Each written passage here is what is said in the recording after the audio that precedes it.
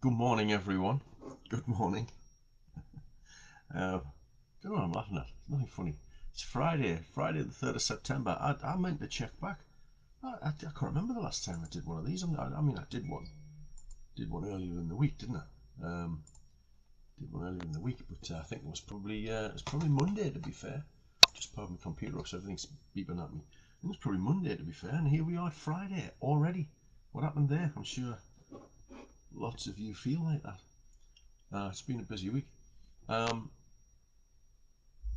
So this is one of them ones where I don't really know what I'm going to talk to you about. So I'll just say it's Friday, so it's the most important day of next week. I'll just say that. Let's get that out of the way. Should we do that?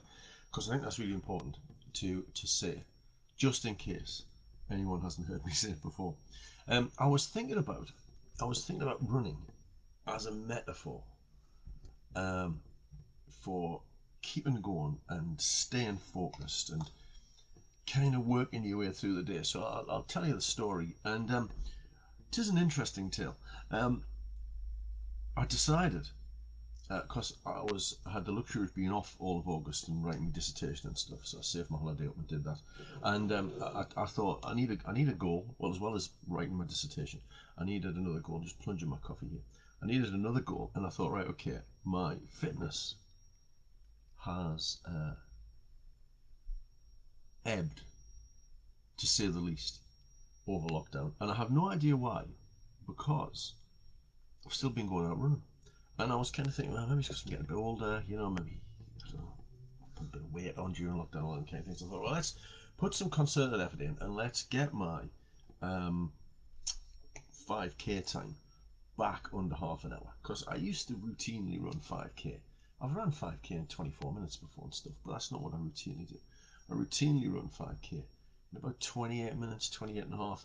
And I've been running it in maybe 32, 33. I was going, let's get my 5k time down to under half an hour. So I worked on it through August, just running more routinely. So that was the first thing. I went from just running when I kind of fancied. Well, I wasn't running when I fancied. I always put it in my diary when I'm intending to go for runs, but it might have been like Monday and Saturday, or it might have been like Tuesday and Thursday. It was a bit random. So I thought, all right, okay, every other day, get out running every other day. And then it was the 30th of August, and I still hadn't managed to dip below um, 30 minutes. So I thought, right, okay, got up one morning on the 30th, and I thought, right, let's do this. Let's go for this. And there were a few things as I was running around. I think about all this kind of stuff, as I'm running around. I think about it all the time. And as I'm running around, I'm thinking, this is really interesting because what I'm having to do, because I've got a, this is hard, this is difficult, right? There's more to do in this run than I would normally do in a run because I'm not just trying to run the 5k. I'm trying to run the 5k in a particular time. So that put a certain kind of pressure and a certain kind of stress on it. So what I figured was I needed to start out well. I needed to start well, and that's important, isn't it? When we're planning our work and when we're thinking about what we're going to do, we need to start out well. Because I think if you start out well, if you get off on the right foot, I think psychologically that kind of improves something for you, doesn't it? That does something, doesn't it? But then, because of the way I run, it's quite flat, and I kind of choose this route when I'm trying to do a decent time, because it's relatively well, for a seasoned runner, it's flat. For me, it's got some slight kind of inclines, and one of the slight inclines comes after about the first minute and a minute and a half of running. So I hit this incline, and I'm thinking, oh, it's getting tough. But come on, you need to do this. So I had to dig in, and I think sometimes it's like that when we're trying to work through our work schedule and get through our workflow, isn't it? Sometimes we think, oh, this is starting to get hard now. I've been working at this for 20 minutes. My brain, because our brains can only do so much. We can only keep them going for so long. I can't remember what the exact figures were, but when you're teaching, when you're lecturing and stuff, you meant to break stuff down into kind of 15-minute sections before you switch something because people start to lose the kind of energy to kind of to attend.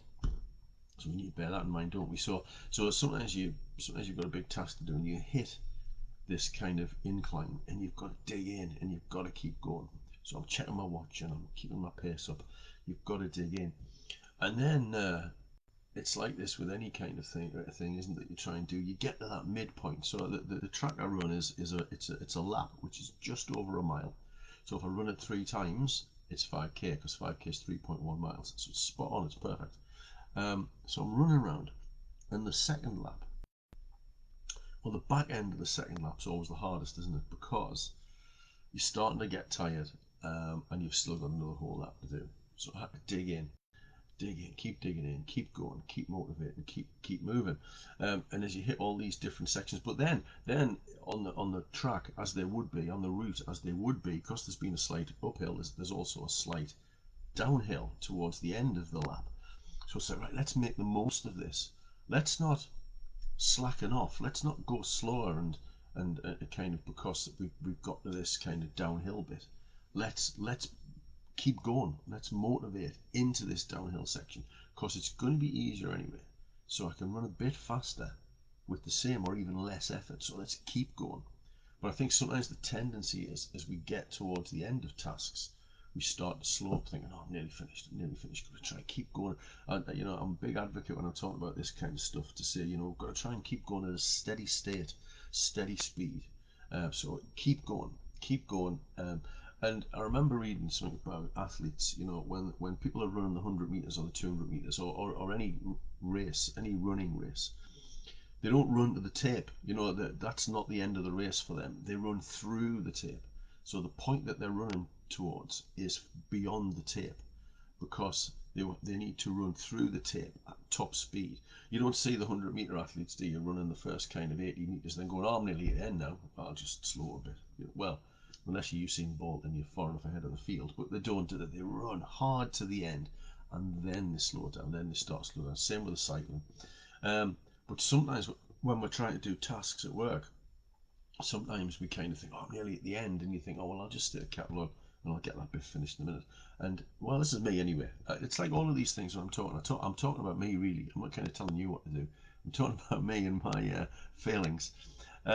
So you kind of get to that point, don't you? And I get to that point where it's nearly finished. And now, because I've learned from years of getting it wrong, um, and I've now learned to keep going, to keep pushing through, and get that last quarter of an hour done, and get that kind of task finished.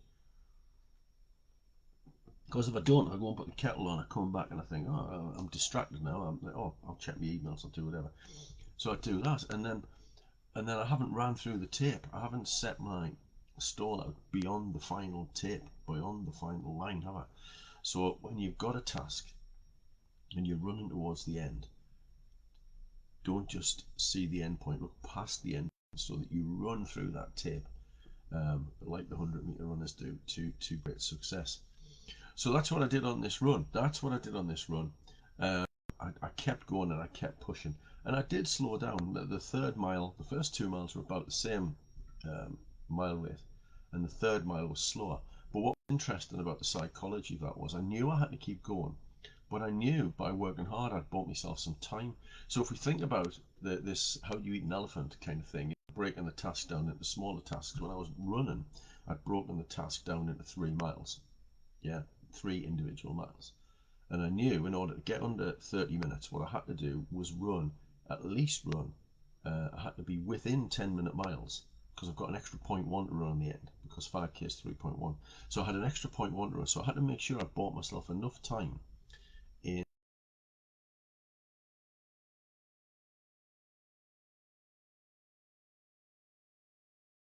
So what I did was, I knew I had to put it on hard, because I had to buy myself that time. By the time I got to the end, I had about a minute. Well, I had 2 minutes spare. 2 minutes spare, because I'd run the first 2 miles in 9 minutes.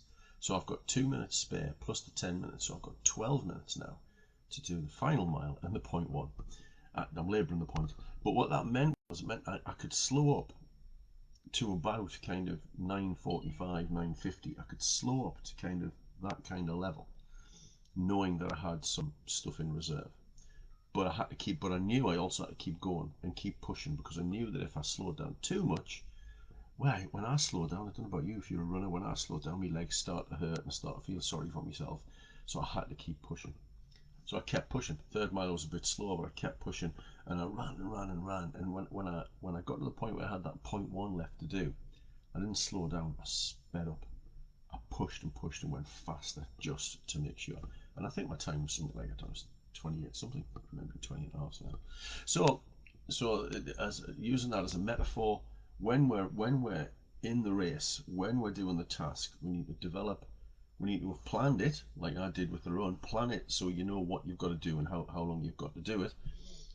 We need to start well, and starting well generally means you've got everything to hand that you need. And then we have to kind of keep going at a steady pace. And when we get toward it, then get past that midpoint, which is always difficult. And then as we get towards the end, keep pushing through with those tasks, keep pushing through to conclusion, or we end up, and when I say we, I mean me, or when we end up with lots of little unfinished tasks lying about, waiting to be just concluded when we could have concluded it and got rid of it. So there you are, jog on. Jog on. Good stuff. So crack on with Friday. See how that goes. Make it the most important day of next week, and we'll check in next week to see how it's all going. It's really good. I'm reading a book at the minute on participation, and I just wonder how it'd be good to get people participating more. Because what I'd really like to do is hear your stories, I suppose, about how you've employed some of these tactics and they've worked, or they haven't worked, or you've amended them and adjusted them for what you want to do. So I'm thinking of a self-care shorts podcast. I have a social work shorts podcast that I do, which I quite enjoy doing, and I did think about a self-care shorts podcast, because it'd be much better to hear from you than hear me witter on about it, about what's successful, those kind of unique voices. So if you fancy that, drop us a DM, and we'll talk. All right, take care. Have good weekends, good Fridays, good weekends, and see you next week.